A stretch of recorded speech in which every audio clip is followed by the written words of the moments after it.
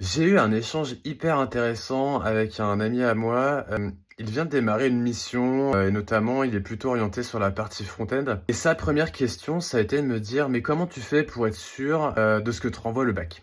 Alors moi, par réflexe, je lui dis: «Bah, de toute façon, maintenant j'utilise toujours Zod» et ça m'a un peu amené, à repenser à pourquoi est-ce que je me suis mis à utiliser cet outil. Initialement, je me suis mis à utiliser Zod parce que j'avais une application qui faisait appel à des API externes que je maîtrisais pas et pour contrôler des formats de fichiers, que, je l'utilisateur pouvait me donner. Mais je me rends compte qu'en fait, c'est plus les seuls cas dans lesquels j'utilise maintenant. En fait, maintenant, je le mets quasiment par défaut parce qu'il s'avère que j'ai eu, plusieurs mauvaises expériences. Il s'avère que, on a beau mettre en place des contrats, d'interface front-back, il y a toujours des loupés, des trucs pas respectés, des nuls, non annoncés et cetera et cetera et cetera et qu'en fait, ça se répercute toujours sur le front, quoi. Si tu as un nul qui est pas géré, c'est pas beau, c'est pas joli, ça te fait une erreur, ça peut te planter ton application. C'est pas ouf et de fait, je me mets à constamment utiliser Zod maintenant dès qu'il y a une API tierce sur, laquelle moi je ne suis pas en train de travailler et même parfois quand c'est moi d'ailleurs, je la mets aussi parce que je sais que je suis pas à l'abri d'une erreur humaine, hein.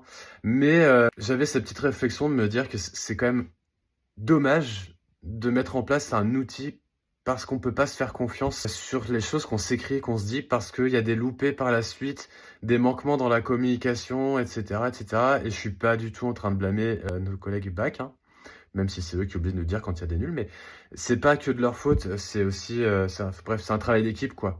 Mais, voilà donc, à méditer, mais effectivement, je trouve que mettre en place des outils, parce qu'on n'est plus capable, en fait, de garantir ce qu'on délivre, c'est dommage. Voilà, c'était une petite réflexion, c'est la petite réflexion du jour.